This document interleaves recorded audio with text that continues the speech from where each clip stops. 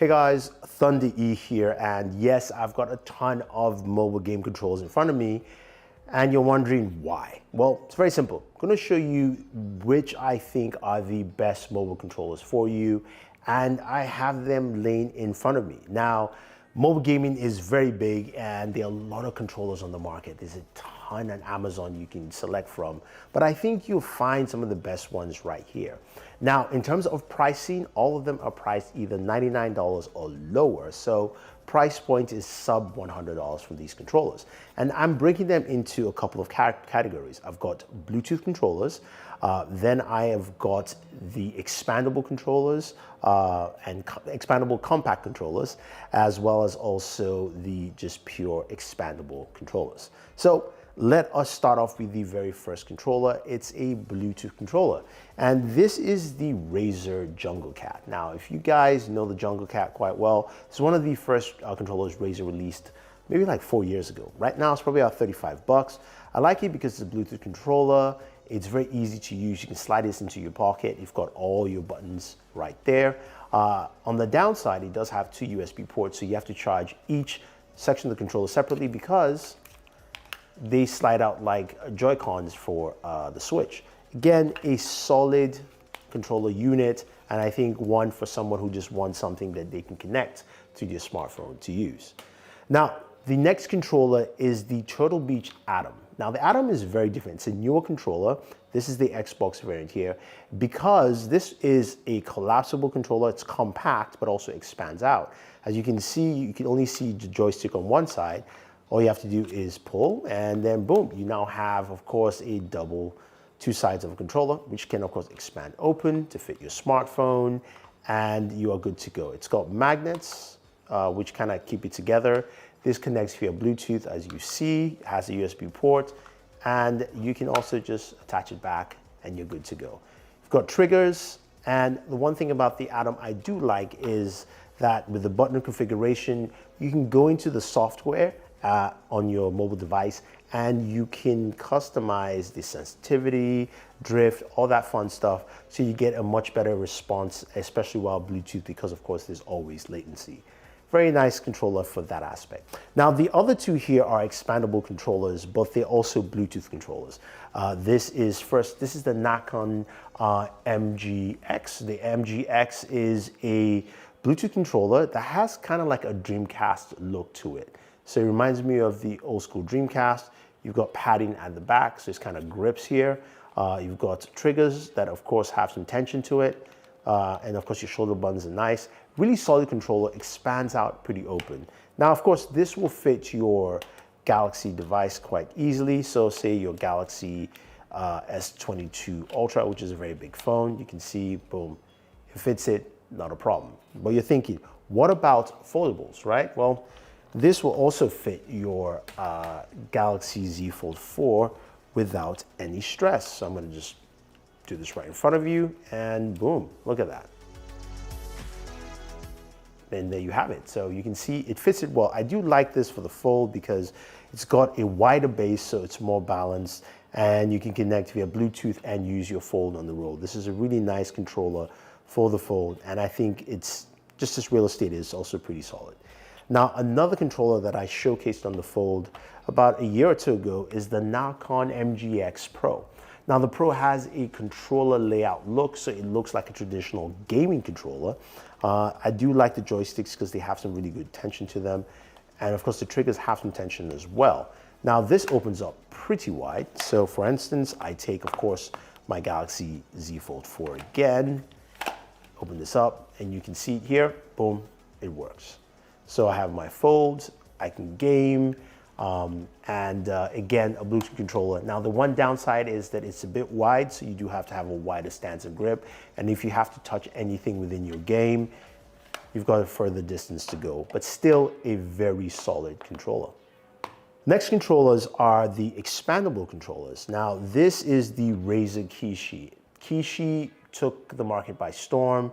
Razer's controller here is one that collapses down into itself, but also expands out. You can see this is the iOS variant, and I can take my iPhone, I can connect it, boom, and look at that, done. I have a full-fledged controller. Think about the Kishi that it fit almost every size smartphone, and the fact that you can use it this way, access to the triggers, open that up, and then you'll be able to go ahead and collapse it back into itself is where the Kishi really shines. Now, the one downside of the Kishi is that it's not as intuitive to kind of put back together. It's something that you just kind of have to try to get it to work. As you can see, I am failing here in this video, and yeah, it just works that way. So you kind of get the idea. Boom, there you go. It actually works. So you can do that on iOS as well as also the Android version of this. And the Kishi is nice because you can break it down and it's a smaller controller. And you can throw this into your backpack, but you can open it up and use on any device that you want.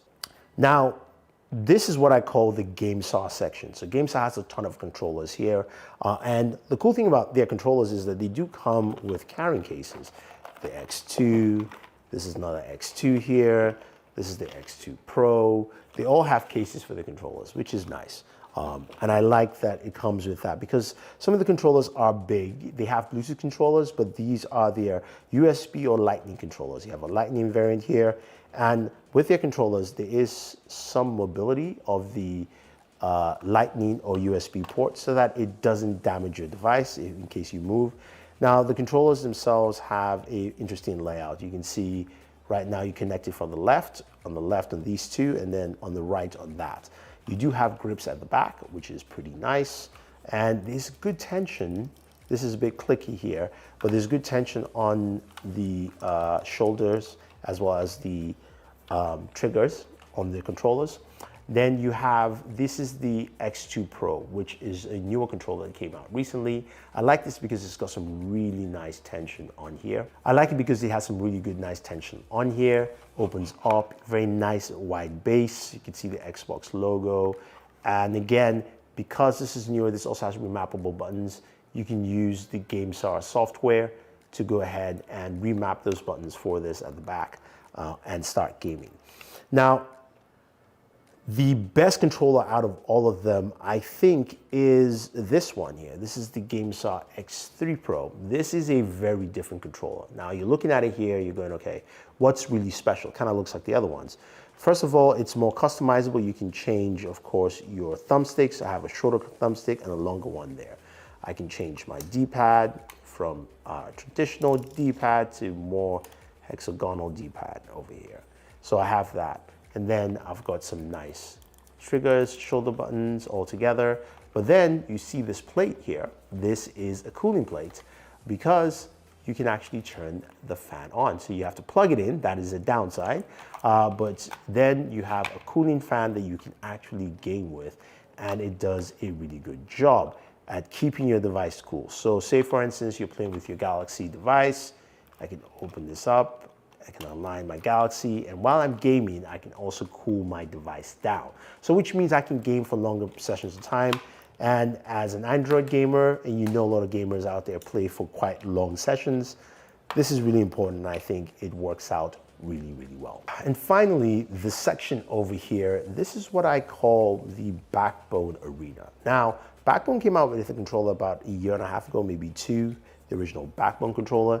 Solid, super lightweight. This is probably one of the lightest controllers here, other than maybe the Jungle Cat. But opens up, it expands, it connected via Lightning, and it has some really nice button configuration.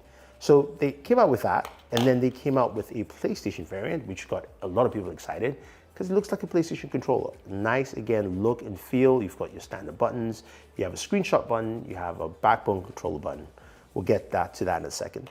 And then finally, they have an Android version. So this, of course, covers all the bases. Now, Backbone really excels not just with the controller itself, but also with that specific button. That button there allows you to do a couple of things, actually both of them. Take a screenshot, also quick record your gameplay, but this other button here allows you to go into the Backbone software. And that gives you so much more flexibility with this. With the Backbone software, you can go in, look at the games you're playing, you can select new games, find games that work, you can go into your gaming services, all that stuff. Very fast, very fluid. It is probably one of the best software systems on any of these mobile controllers. But not to be outdone, Razer said, yes, we can do that too. And Razer has the Razer Kishi V2. Again, super light, just like the Backbone. You do have the Android and the iOS variant of these controllers. Now, what I like about the Razer is that you do have 2 extra buttons. Here, we do have on the iOS version an R4 and an L4. And then on Android, it's just called M1 and M2. Again, same extra buttons, which can be remapped in the Razer software. Now, the Razer software is, of course, indicated by that button. I wish they made it green, actually, you know. But that being said, that button opens up the software, gives you some of the same functionality like the Backbone, being able to go in to find your gaming services, jump into games that it supports and play, all that kind of fun stuff, which is quite interesting. But I say the Backbone still does that a little bit better. So you're looking at this and you're going, okay, you've shown us a ton of controllers and they all satisfy a specific need. I would say my favorite controller out of all of them to use is the Backbone controller, just because it just works really well on all my devices and the software is very, very smooth. I definitely like that. But when I want to play for long gaming sessions, the GameStar X3 Pro, that cooling really does a good job. But honestly, any of these controllers will do your needs for you. And also their price points are really competitive and attractive, where you have things from as low as $35 all the way to $99. And any of these will solve any of your gaming needs for controllers. Some are better than others, and you can see it quite clearly here. So if you guys have any questions or any comments, or you want to pick up any of these controllers, use our links down below. And if there's any other controllers you want me to try out, I'll definitely do it here on the channel. This is Thunder E saying thank you and always enjoy your entertainment.